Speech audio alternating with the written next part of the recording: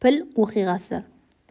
Расул Аллахтың саллаллаху алейхи уассалам туылуына 2 айдай уақыт қалған болатын. Осы арада піл оқиғасы орын алды.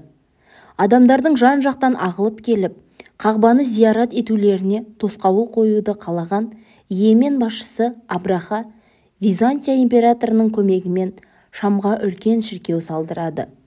Адамдардың осы шіркеуге барғанын қалайды. Арабтар болса, бұрыннан Қағбаны зиярат еткендіктен Абраханың салдырған шіркеуіне еш көңіл бөлмейді. Тіпті іштерінен біреуі барып, шіркеуді ластап кетеді. Бұл жағдайға ашуланған Абраха Қағбаны қиратуға шешім қабылдап, бұл іске үлкен әскер жасақтап, Меккеге қарай жолға шығады.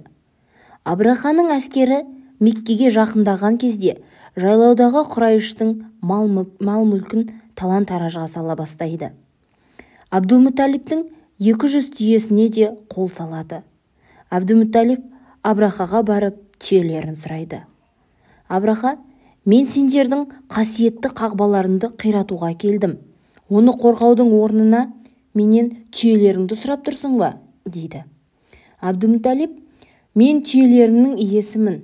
Қағбаның өз иесі бар. Қағбаны сол қорғайды», дейді. Ал Абраха болса: «Менен оны қорғап қалатындай ешкім жоқ», деп Абдулмұталиптің түйелерін өзіне қайтарады. Сосын Қағбаға шабуылдауға әскерлеріне бұйрық береді.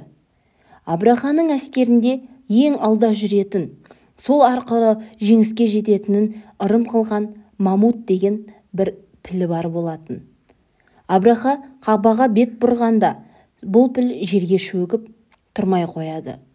Басын Йеменге бұрса, жүгіре жөнелген піл Меккеге қарай бір адым да тастамайды.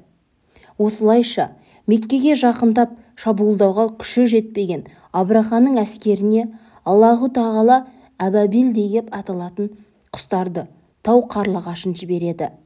Бұл құстардың әрқайсысы ноқаттың үлкендігіндей 3 тасты аузымен және 2 аяғымен әкеліп әскердің үстіне тастайды.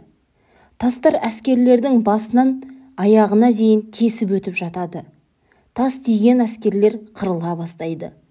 Аят каримада көрсетілгеніндей әскерді күйе жеген егіннің жапырағында етті. Мұны көрген Абраха сасқалақтап қашуға тырысады. Бірақ қаша алмайды. Тастардың негізгі нысаны сол болатын. Тас оған да тиеді. Қашқан сайын денесі паршаланып тесіледі. Бұл оқиға Құран кәрімнің Фил сүресінде былай көрсетілген: «Ей Расулым, Қағбаны қиратқысы келген піл иелеріне, пілдермен жабдықталған Абраха әскеріне, Раббыңның не істегенін көрдің бе? Олардың Қағбаны қирату туралы айлаларын текке кетірмеді ме? Үстеріне құстар жіберді. Ол құстардың әрқайсысы олардың үстіне балшықтан жасалған және отқа күйдірілген тас атты. Аллаху Тағала оларды күйе жеген егіннің жапырағында етіп жойып жіберді. Құрттар кеміріп туралған егін жапырағы сияқты етті.